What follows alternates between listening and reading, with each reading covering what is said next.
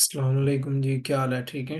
अच्छा जी, आज जो हमने चैप्टर करना है, chapter 11, irrecoverable debts and receivables allowance.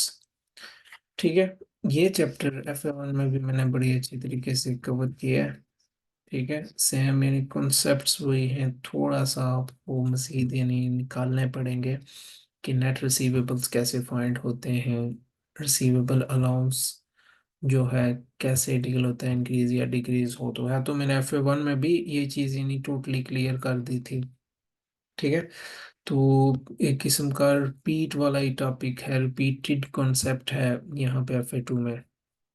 ठीक है। Trade receivables, as you all know that a person who owes money to the business is known as trade receivable to the business। ठीक है। यानी जो बंदा मकरूज होता है, उसने किसी बिजनेस का पैसा देना होता है, वो उस बिजनेस के लिए रिसीवेबल होता है। ठीक है। एज अ रिजल्ट ऑफ, क्योंकि उसने कोई बाय गुड या सर्विस की होती है, किस बेस पे? क्रेडिट बेसिस पे। एक्यूल्स कॉन्सेप्ट आपको पता है कि matching principle requires a sale to be included. Sale जो है कब इंक्लूड की जाती है? जब आपकी sale is recognised when it is earn. ठीक है। IFRS 15 आपने रेवेन्यू का छोटा सा पोर्शन पिछले चैप्टर्स में पढ़ा है, वहां पे क्या लिखा हुआ था? सेल यानी कब होती है? सेल कब रिकॉग्नाइज होती है? Sale is recognised, sale occurs when a performance obligation is satisfied। performance obligation आपने पढ़ा था। ठीक है। कोई भी किस्म का टास्क हो, गुड हो या प्रोडक्ट हो, वो आपने डिलीवर। परफॉर्मेंस ऑब्लिगेशन सेटिस्फेक्शन से क्या मुराद है? डिलीवर करना, यानी कंट्रोल बिजनेस से कस्टमर के पास चला गया है। ठीक है। कंट्रोल ट्रांसफर हो गया है, यानी कि कंट्रोल ट्रांसफर से क्या मुराद है? डिलीवर हो गया है प्रोडक्ट। मैं मिसाल के तौर पर रेफ्रिजरेटर लेने जा रहा हूँ, शॉप पे गया, मैंने उसको कहा डेट पे लेना है, उसने कहा जी ओके ठीक है। तो रेफ्रिजरेटर जब उसने मुझे दे दिया, मेरे कंट्रोल में, अगर वो शॉप पे ही पड़ा है तो मेरे कंट्रोल में नहीं है, उसने मुझे ट्रांसफर कर दिया, राइट। अब मेरा हो गया उसका, तो वो रेफ्रिजरेटर जो होगा,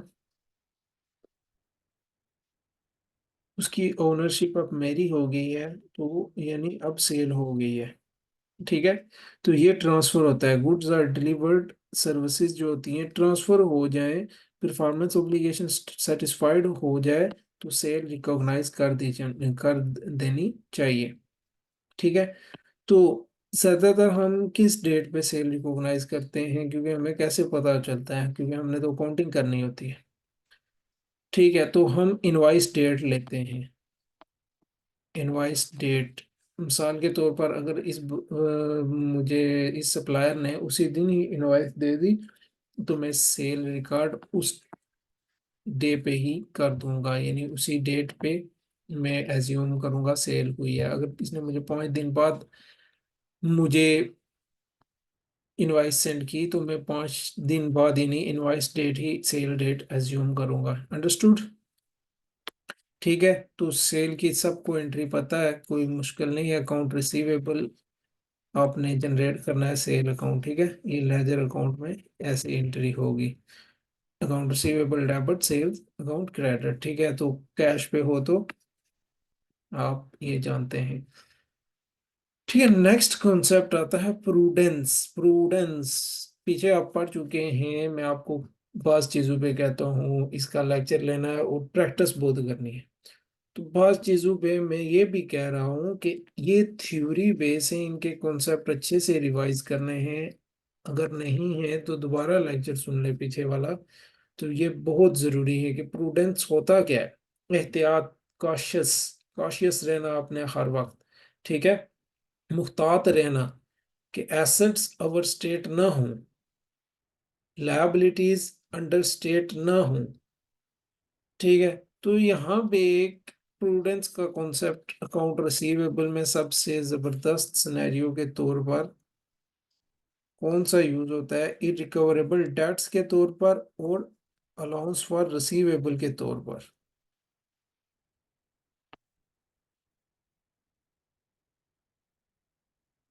भाई साहब, अगर आपको तो आप 100% रिकवरेबल डेट्स तो 100% श्योरिटी पे हो जाते हैं।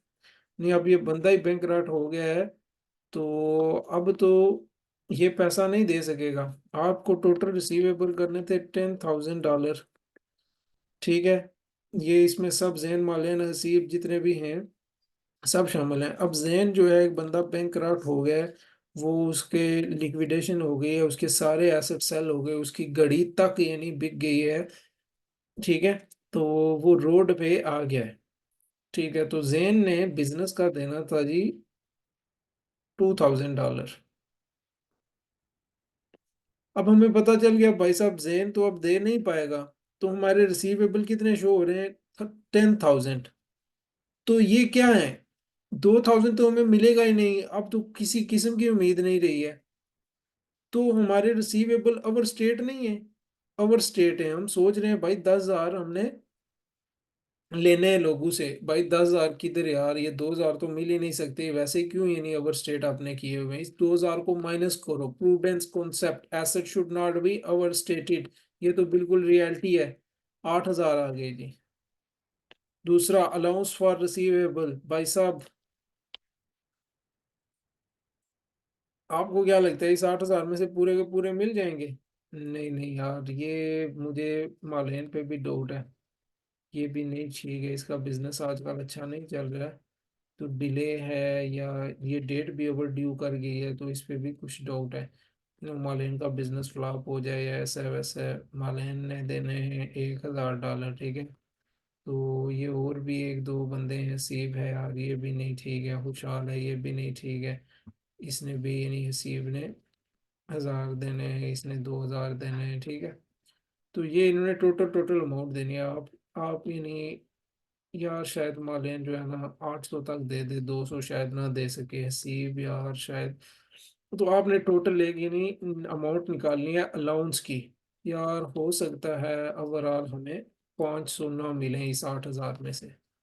ठीक है, 7,500 रिसीव हो जाए, तो 500 ना मिले अलाउंस फॉर रिसीवेबल। ठीक है, there will be uncertainty that some of the amount from the receivables would not be recovered. ठीक है, वो अनसर्टेनिटी, वो डाउट जो है, वो शक जो है, उसको अलाउंस फॉर रिसीवेबल्स कहते हैं। अंडरस्टूड? तो जब पूरे का पूरा 100% श्योरिटी हो जाए ना, वो इरिकवरेबल डेट की कैटेगरी में जाती है। ठीक है, irrecoverable debt traditionally refer to as bad debt. Bad debt इसको बोलते हैं, यानी ये फिर एक्सपेंस करवाना पड़ता है। मिसाल के तौर पर, अब जैन ने पैसे तो नहीं ना दिए, अब 2,000 में खत्म कर रहा हूँ, 2,000 रिसीवेबल कम कर रहा हूँ, 2,000 रिसीवेबल कम करूंगा तो एंट्री क्या होगी? Debit irrecoverable debt expense. अब मैं वो रिसीवेबल को एक्सपेंस करवा रहा हूँ यार, अब उनका मुझे कुछ हासिल नहीं हुआ, ये वो मेरे एक्सपेंस के तौर पर चले गए। ठीक है, मुझे एक किस्म का लॉस हो गया। ठीक है, और क्रेडिट अकाउंट रिसीवेबल, ठीक है, sales ledger control account, account receivable ledger control account, receivable ledger control account same है। ठीक है, तो अकाउंट रिसीवेबल डेबिट क्या आ रहा है? सेल्स लेजर कंट्रोल अकाउंट यानी जो होगा ना, वो क्रेडिट होगा। यानी सेल्स लेजर कंट्रोल अकाउंट या रिसीवेबल लेजर कंट्रोल अकाउंट, यहाँ पे ओपनिंग ये होती है, क्लोजिंग ये होती है। तो देखो ये क्या हो रहा है, क्रेडिट, यानी रिसीवेबल्स आपके डिक्रीज हो रहे हैं। रिसीवेबल डिक्रीज करो, अकाउंट रिसीवेबल डिक्रीज, और जो जितनी अमाउंट से डिक्रीज किया वो एज ए एक्सपेंस रिकॉर्ड हो जाएगी। ठीक है, ये रीड करना है आपने अच्छे से। ठीक है, चलें, ये एक्टिविटी है, ये मैं आपको करवाता हूँ। Abacus and company have total receivables at the end of their accounting period of $45,000। Total receivable, trade receivable, ठीक है, इतने थे। Total is an amount of $79,790 by James Scott, who has been declared bankrupt. James Scott, जैसे मैंने जेन को कहा, ठीक है, तो जेम्स स्कॉट क्या हो गया, $1790 और बैंकरप्ट हो गया। ठीक है, बैंकरप्ट हो गया। अब तो ये बंदा दे ही नहीं सकता, यानी बिल्कुल रोड पे आ गया।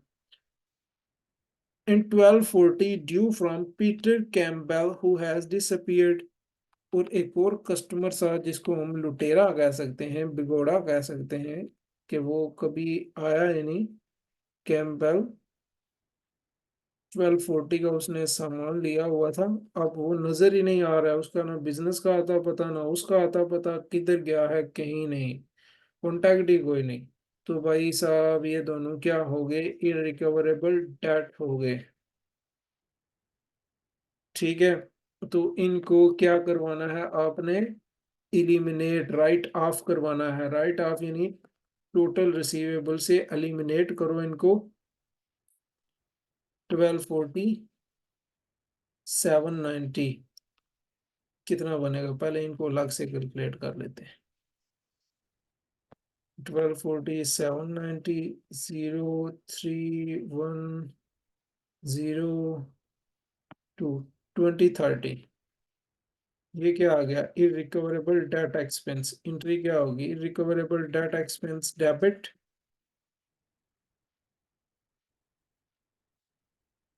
और receivable ledger control account credit.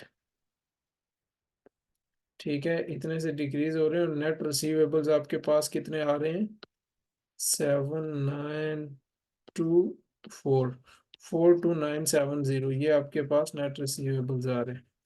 Understood.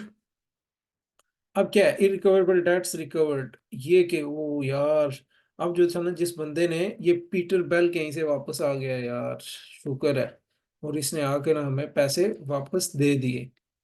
हमने क्या कर दिया था, ये इरिकवरेबल डेट इसको करार दे दिया था कि ये किधर चला गया, इससे कोई रब्ता ही नहीं है, अब ये नहीं, अब ये तो सिस्टम खत्म है। तो ये अचानक हो जाए कि 5 सालों बाद पीटर कैम्पबेल वापस आ जाए, या साल बाद वापस आ जाए, वो हमें पे कर दे, तो हम क्या कहेंगे, इरिकवरेबल डेट किया हुआ था ना, कैश डेबिट। ठीक है, तो इरिकवरेबल डेट एक्सपेंस क्रेडिट। ठीक है, ये एंट्री होगी, यानी इरिकवरेबल डेट एक्सपेंस को खत्म कर देंगे और कैश को डेबिट कर देंगे। ठीक है, तो दूसरी, आप इसको cash debit, sales ledger control account credit, ये भी कर सकते हैं। ठीक है, तो ये सबसे टॉप वाली बेस्ट है, recoverable debt expense debit, cash credit और कैश डेबिट। अंडरस्टूड। कैश आ रही है और रिकवरेबल डेबिट एक्सपेंस क्लियर हो रहा है। When a receivable is written off, written off का मतलब है eliminate from the books। ठीक है, बुक अकाउंटिंग से बिल्कुल रिसीवेबल को खत्म कर देना आप। Debit irrecoverable debt expense, credit sales ledger control account, या रिसीवेबल लेजर कंट्रोल अकाउंट, यानी आप सिंपली रिसीवेबल या अज्यूम करें, क्लियर है, यानी रिसीवेबल या sales ledger control account same है। ठीक है, तो double entry for being received, receive हो रहे हैं, तो जाहिर सी बात है, sales ledger control account to reinstate the full double entry of cash being received from the receivable in a subsequent accounting period। Sales ledger control account debit, उसमें क्या चीज डेबिट करनी है सेल्स लेजर कंट्रोल अकाउंट में, to in reinstate the receivable that had been cancelled when the debt was written off। ठीक है, कि पहले यहाँ पे डबल स्टेप में बताया जा रहा है कि सबसे पहले आप क्या करें। ठीक है, सबसे पहले आप रिसीवेबल को डेबिट करवा दें। ठीक है, कि रिसीवेबल दोबारा वापस आ गए, इरिकवरेबल डेट एक्सपेंस को क्रेडिट करवा दें। ठीक है, फर्स्ट स्टेप ये करें।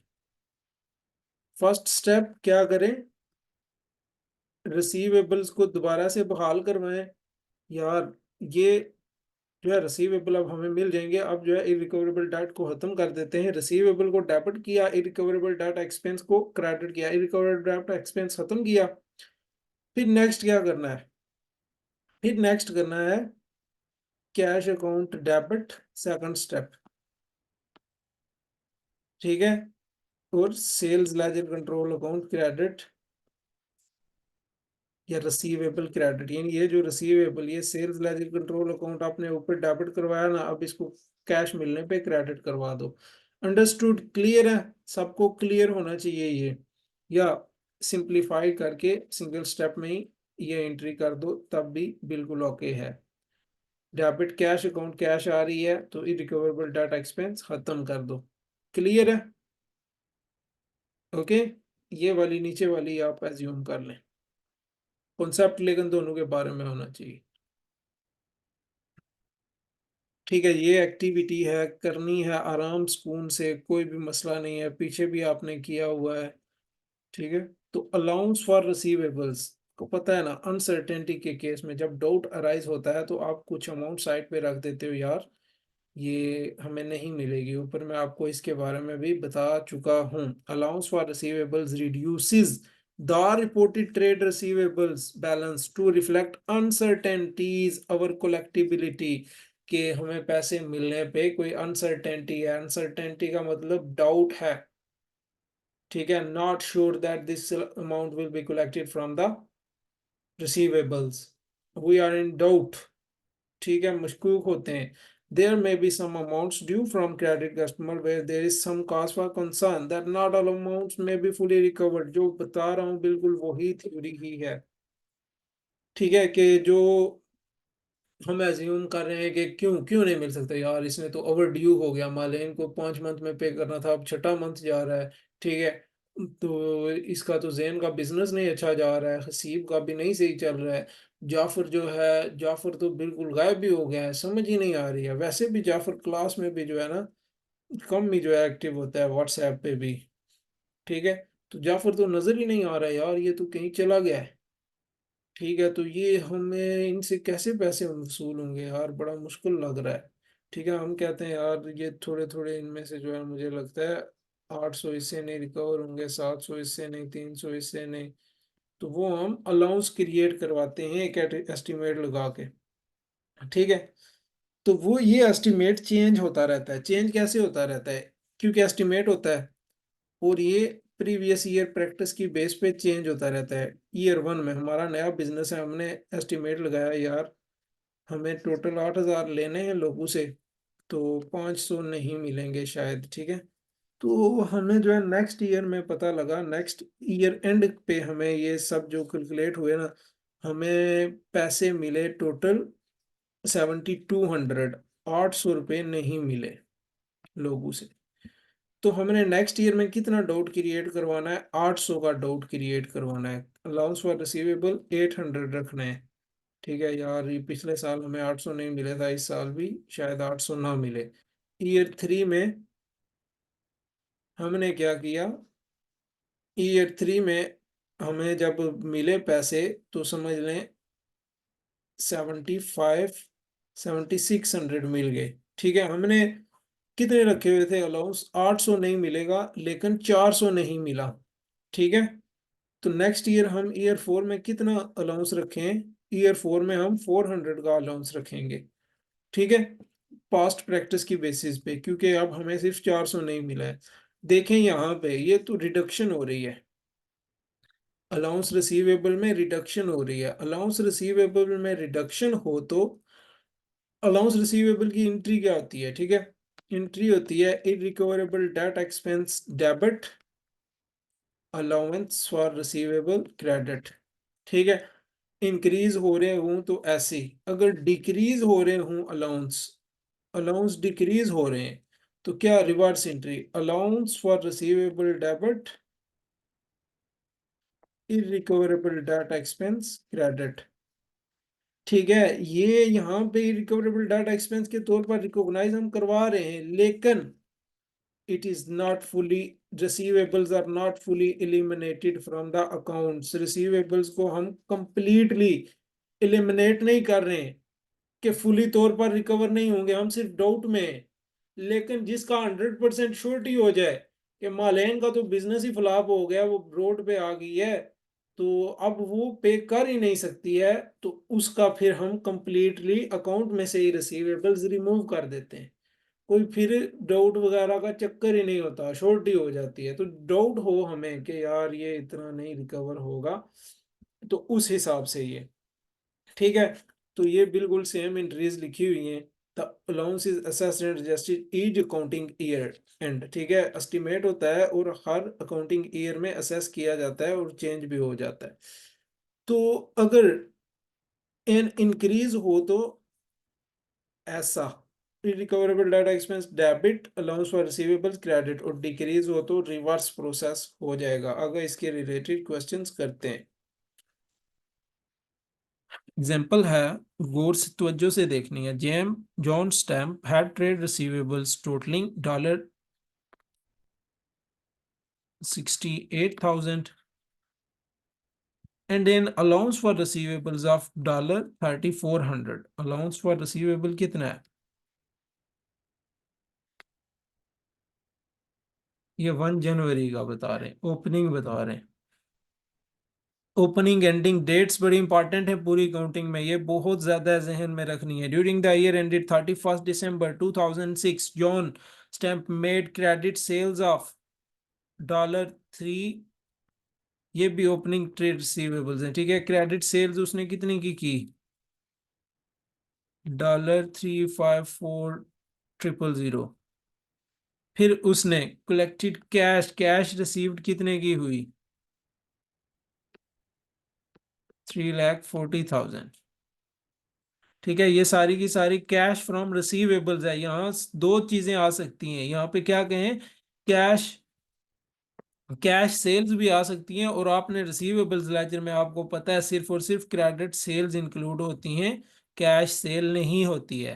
अंडरस्टूड? तो यहाँ पे पॉइंट लिखा हुआ है cash from receivables At 31st December 2006, अब ईयर एंड पे John stamp reviewed his receivables and identified $2,000 which was to be accounted for as irrecoverable।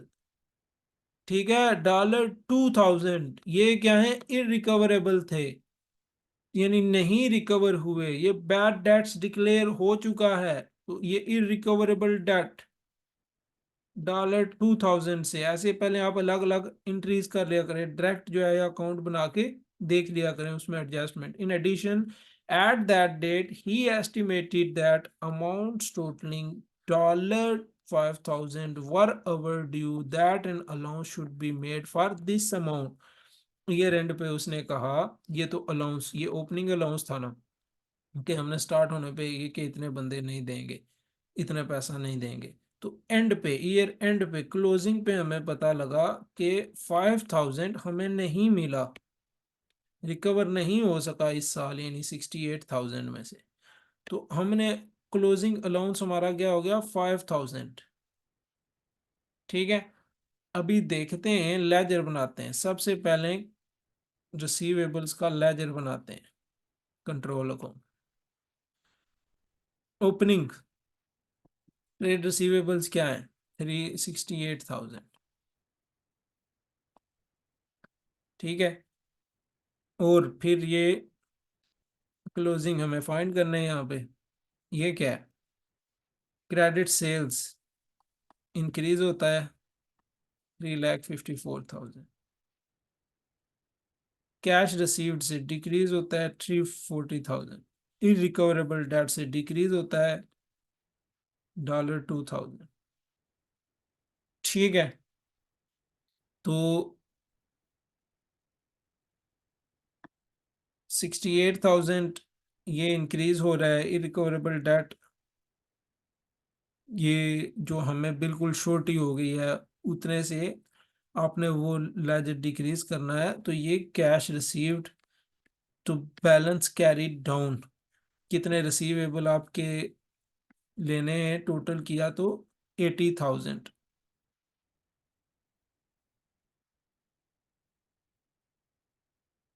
ठीक है, 80,000 आपके रिसीवेबल्स हैं, ये नेक्स्ट ईयर का ओपनिंग बन जाएगा। 80,000 रिसीवेबल्स, 80,000 आपके एंडिंग यानी रिसीवेबल्स हैं, closing balance.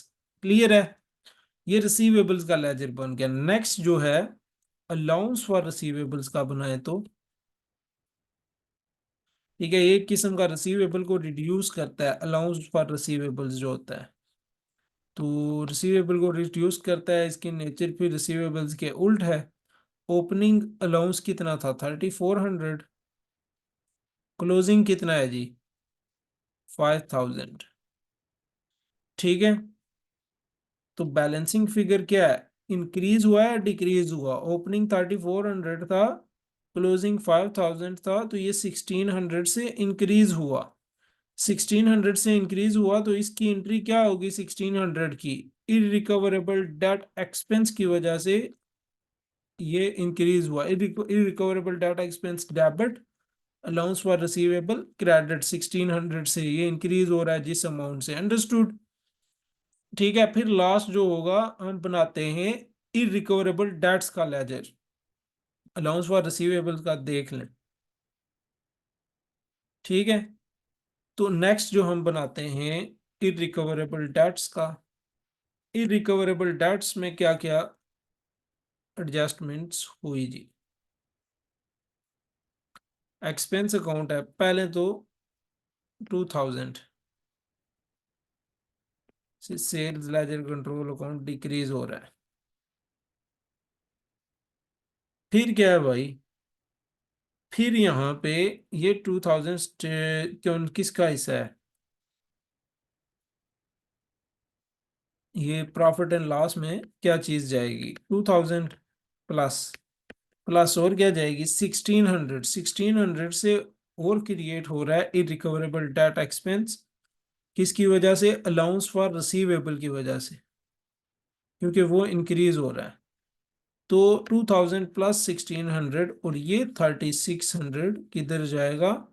Profit and loss statement में एज एंड एक्सपेंस के तौर पर। ये इरिकवरेबल डेट एक्सपेंस होगा प्रॉफिट और लॉस में। लेकिन स्टेटमेंट ऑफ फाइनेंशियल पोजीशन में कितना जा रहा है? सिर्फ और सिर्फ 2000, क्योंकि ये श्योरिटी है कि इतने से रिसीवेबल डिक्रीज हो जाएंगे। अंडरस्टूड? क्लियर है? ठीक है, तो नेट रिसीवेबल्स भी में से भी ये जो अलाउंस फॉर रिसीवेबल है ना, इंक्रीज या डिक्रीज, ये भी लेस होता है। आगे हम ये भी करेंगे। ठीक है, ये एंट्री देख लें, ये एग्जांपल अच्छे से देखनी है तो ये भी अच्छे से नेक्स्ट वाली खुद अटेम्प्ट करनी है, सॉल्यूशन पे मत जाइएगा। ठीक है, अभी देखो तो irrecoverable debts and the allowance for receivables in the final accounts, कि कैसे ये डेल्ट होता है। इरिकवरेबल डेट्स ऊपर आपको क्लियरली बता चुका हूं। Irrecoverable debts statement of financial position में जिसकी डायरेक्ट डीलिंग रिसीवेबल से हो वो उधर से लेस करवा दे। ठीक है, और पूरे का पूरा रिसीवेबल प्लस अलाउंस वाली दोनों की एंट्री में जो रिकवरेबल डेट एक्सपेंस होता है वो statement of profit and loss में एक्सपेंस के तौर पे ले जाएं। ठीक है, the net trade receivable balance is shown with in the current assets in the statement of financial position. आपको तो ये पता है ट्रेड रिसीवेबल्स अकाउंट रिसीवेबल कहाँ पे शो होते हैं। Amount of the allowance may be shown in the statement of financial position reducing the gross receivables figure. क्या करती है? मैंने कहा हम आगे पढ़ेंगे। अलाउंस, अलाउंस जो इंक्रीज हो रहे होते हैं, ठीक है, जैसे वो 1600 इंक्रीज हो रहा था, वो क्या करेगा? ग्रॉस रिसीवेबल को लेस करेगा। ठीक है, तो आप जो है स्टेटमेंट ऑफ फाइनेंशियल पोजीशन में कौन सा फिगर लेके जाते हैं? नेट रिसीवेबल का। ये बात जहन में रखनी है, बहुत इंपॉर्टेंट है, बहुत क्वेश्चंस में आपके ये यूज होगी। और स्टेटमेंट यहाँ पे बहुत मैटर करती है। FA2 में ये रिसीवेबल्स करते हुए बाज औकात लिखा होता है was written off, has to be write off, तो उसके मुताबिक आपने वहां पे टेंसेस का भी बड़ा ख्याल रखना है पढ़ते हुए इसके क्वेश्चंस।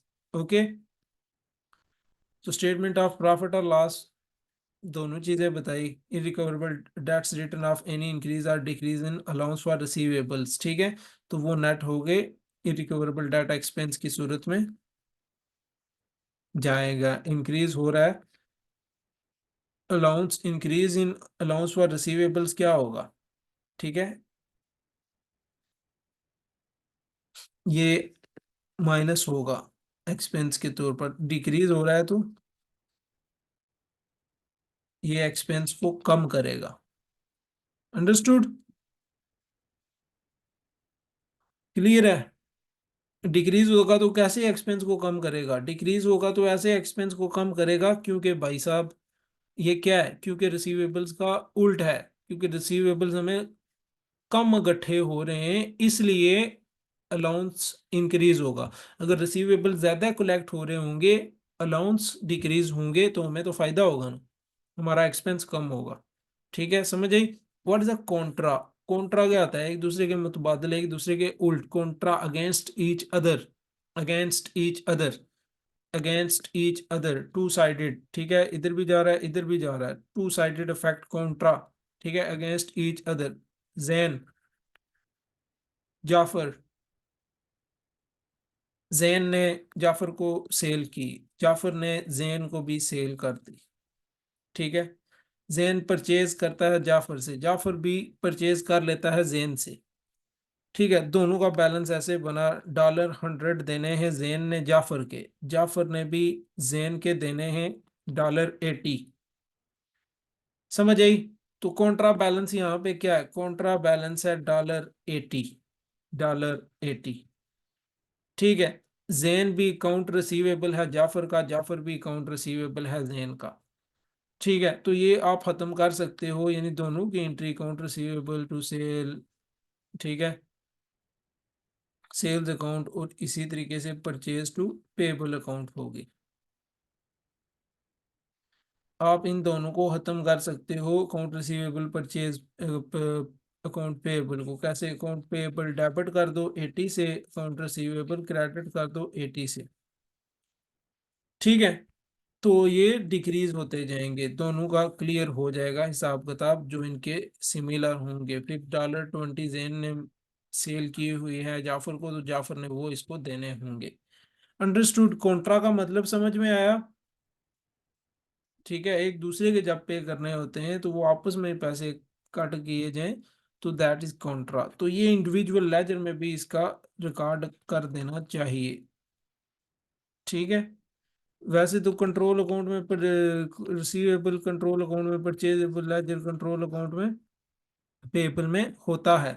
ठीक है, क्या करेगा? ये रिसीवेबल्स को कम कर देगा, रिसीवेबल्स को कम कर देगा कॉन्ट्रा। ठीक है, और पेएबल लेजर कंट्रोल अकाउंट में भी पेएबल को कम कर देगा कॉन्ट्रा। ओपनिंग इधर होता है तो कॉन्ट्रा इधर आएगा। क्लियर है? ठीक है, और इंडिविजुअल लेजर्स में भी इसको रिकॉर्ड कर दीजिएगा, ताकि सही रिकॉर्ड हो जाए, कि इंडिविजुअल में से भी हमें पता चले ये बैलेंस क्यों कम हुआ या कैसे इस पे इम्पैक्ट पड़ रहा है। अंडरस्टूड? तो ये था हमारा अकाउंट रिसीवेबल्स वाला चैप्टर। ठीक है, thank you for now. Okay, अल्लाह हाफिज। तो अच्छे से करना है यार, मेहनत करनी है, सब कुछ आपको बता दिया है, ये मेन मेन कॉन्सेप्ट्स आपको सब क्लियर होने चाहिए, कोई भी मुश्किल नहीं है। ओके, अल्लाह हाफिज।